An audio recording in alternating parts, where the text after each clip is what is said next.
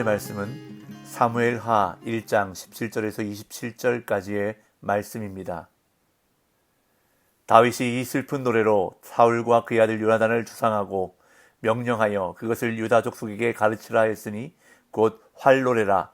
야살의 책에 기록되었으되 이스라엘아 네 영광이 산 위에서 죽임을 당하였도다. 오호라 두 용사가 엎드러졌도다. 이 일을 가드에도 알리지 말며 아스글론 거리에도 전파하지 말지어다. 블레셋 사람들의 딸들이 즐거워할까, 할례 받지 못한 자의 딸들이 개가를 부를까 염려로다. 길보아 산들아 너희 위에 이슬과 비가 내리지 아니하며 재물 낼 밭도 없을지어다. 거기서 두 용사의 방패가 버림받음이니라. 곧 사울의 방패가 기름 부음을 받지 아니함같이 됨이로다. 죽은 자의 피에서 용사의 기름에서 요나단의 활이 뒤로 물러가지 아니하였으며 사울의 칼이 헛되이 돌아오지 아니하였도다. 사울과 요나단이 생전에 사랑스럽고 아름다운 자이더니 죽을 때에도 서로 떠나지 아니하였도다. 그들은 독수리보다 빠르고 사자보다 강하였도다. 이스라엘 딸들아 사울을 슬퍼하여 울지어다.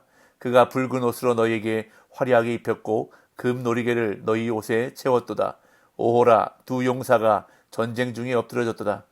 요나단이 네 산 위에서 죽임을 당하였도다. 내 형 요나단이여 내가 그대를 애통함은 그대는 내게 심히 아름다움이라. 그대가 나를 사랑함이 기이하여 여인의 사랑보다 더하였도다.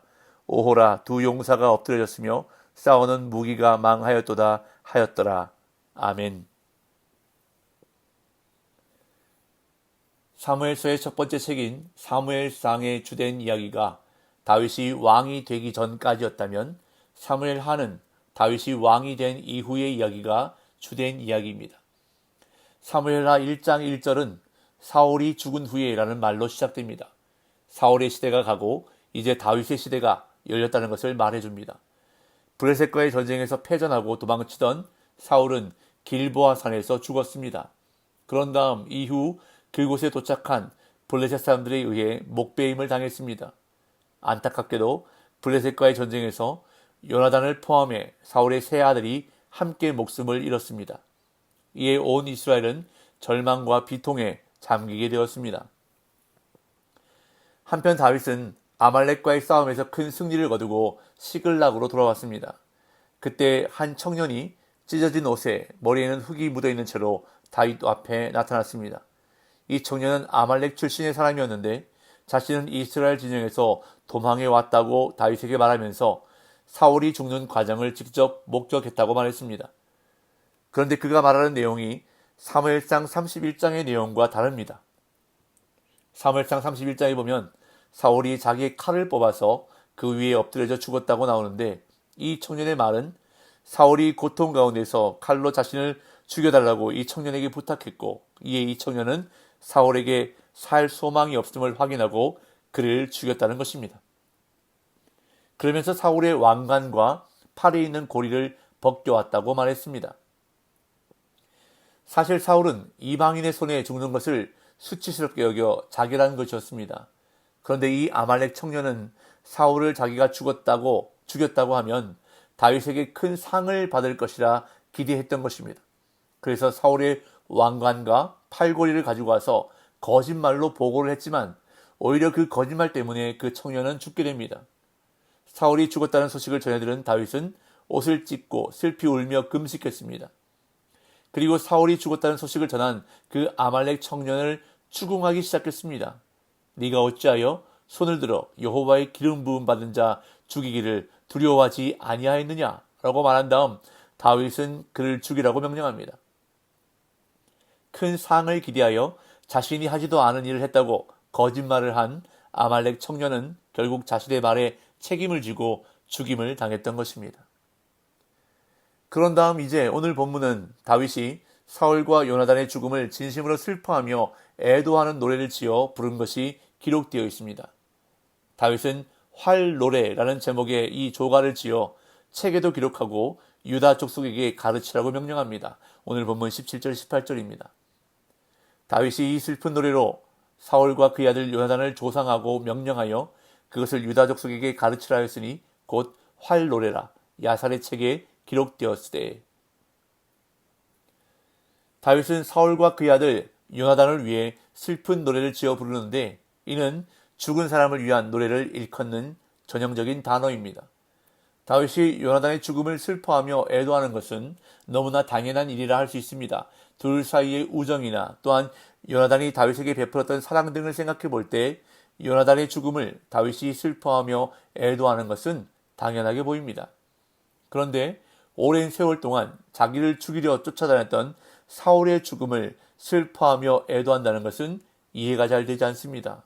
그래서 어쩌면 다윗이 정치적인 도리를 하기 위한 것이라는 의심을 불러일으키기도 합니다. 하지만 다윗이 지은 애가를 살펴보면 그러한 의심이 부끄러워질 만큼 그의 진심이 담겨 있음을 알 수 있습니다. 다윗은 이 애가를 지은 후에 유다 족속에게 가르치라고 명령합니다. 이는 이 노래를 널리 반포하라는 명령으로 이해할 수 있습니다. 그리고 사무엘하를 기록한 저자는 이 노래의 제목을 활노래라고 알려줍니다. 아마도 이 제목은 사울이 전사한 장면에서 비롯했을 것으로 추정됩니다. 이제 19절부터는 본격적인 노래의 내용이 기록되고 있는데요. 다윗은 사울과 요나단의 죽음으로 인해 이스라엘의 영광이 산 위에서 죽임을 당했다고 노래합니다. 19절 20절 이스라엘아 네 영광이 산 위에서 죽임을 당하였도다. 오호라 두 용사가 엎드러졌도다. 이 일을 가드에도 알리지 말며 아스글론 거리에도 전파하지 말지어다. 블레셋 사람들의 딸들이 즐거워할까 할례받지 못한 자의 딸들이 개가를 부를까 염려로다. 다윗은 이 노래에서 사울과 요나단을 이스라엘의 자랑거리로 표현하는데요. 우리가 읽은 개역개정 성경은 이스라엘아 네 영광이라고 번역하고 있습니다. 이스라엘의 영광이요 자랑거리인 사울과 요나단이 죽임을 당했다는 것입니다. 다윗은 이 두 용사가 엎드러진 것을 오호라라는 탄식 부사를 사용해서 매우 탄식합니다. 그리고는 이 두 용사의 죽음을 블레셋의 도시인 가드와 아스글론에 알리지도 말고 전파하지도 말라고 선언합니다. 그 이유는 할례받지 않은 이방인인 블레셋의 딸들이 기뻐하고 환호하지 못하게 하기 위해서라고 말합니다. 당시 일반적으로 군인들이 전쟁에서 승리하고 돌아올 때 여인들이 나와 기쁘게 맞이하면서 승전가를 부르고 춤을 추며 승리를 축하했기 때문에 만약 사울과 요나단의 죽음이 블레셋에 알려지면 그들이 승전가를 부르며 즐거워할 것이기 때문에 두 용사의 죽음을 알리지 말라는 것입니다. 사랑하는 사람을 잃은 마당에 블레셋이 개가를 부르는 것을 다윗은 도무지 용납할 수 없었던 것입니다. 이어 다윗은 너무나 슬픈 나머지 사울과 요나단이 전사한 길보아 산들을 저주합니다. 21절 길보아 산들아 너희 위에 이슬과 비가 내리지 아니하며 재물 낼 밭도 없을지어다. 거기서 두 용사의 방패가 버림받음이니라. 곧 사울의 방패가 기름 부음을 받지 아니함 같이 됨이로다. 다윗은 사울과 요나단이 전사한 장소인 길보아 산들을 저주하면서 그들이 쓰러진 곳에는 이슬과 비가 더는 내리지 않아서 하나님께 드릴 제물을 낼 밭도 없게 되기를 기원합니다. 땅이 가물어서 하나님께 드릴 봉헌 예물조차 내지 못한다는 것은 역설적인 표현인데 그만큼 다윗은 자신의 슬픔을 있는 그대로 표현하고 있는 것입니다. 또한 길보아 산에서 두 용사의 방패가 버려진 모습을 묘사하면서 특히 사울의 방패가 기름 부음을 받지 아니함 같이 되미로다 라고 묘사하는데 이는 왕의 죽음을 의미합니다.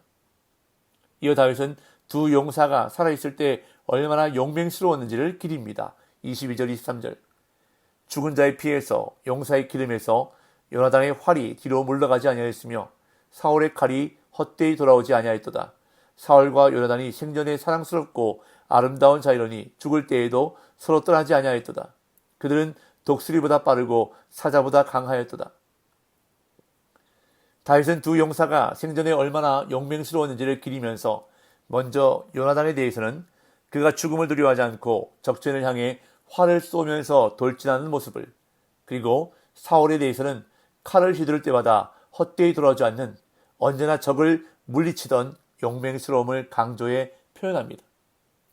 그러면서 그들이 사랑스럽고 아름다운 자였음을, 그리고 독수리보다 빠르고 사자보다 강하였다고 표현합니다. 이에 다윗은 이스라엘 딸들을 향해 함께 슬퍼하자고 권합니다. 24절에서 27절 이스라엘 딸들아 사울을 슬퍼하여 울지어다.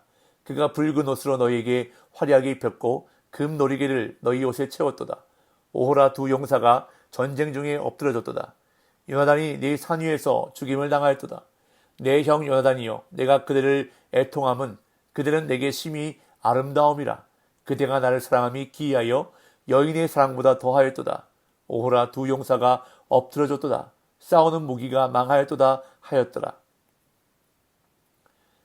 다윗은 이스라엘 딸들에게 사울을 슬퍼하여 울지어다라고 권면하는데 그 이유는 사울이 그들에게 화려한 옷과 놀이개로 상징되는 풍요를 보장해 주었기 때문입니다.